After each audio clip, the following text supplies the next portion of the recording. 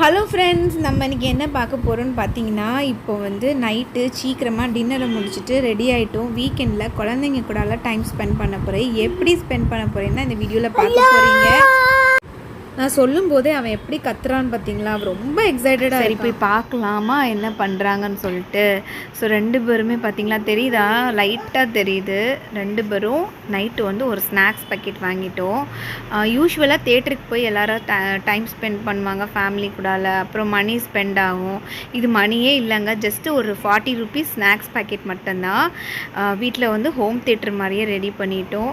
So வந்து பாப்பாவுக்கு தம்பிக்கு டைனாசரஸ்னால் ரொம்ப பிடிக்கும். அவன் வந்து கையில் எப்போவுமே ஒரு டைனாசரஸ் வச்சுட்டே தெரியுமா.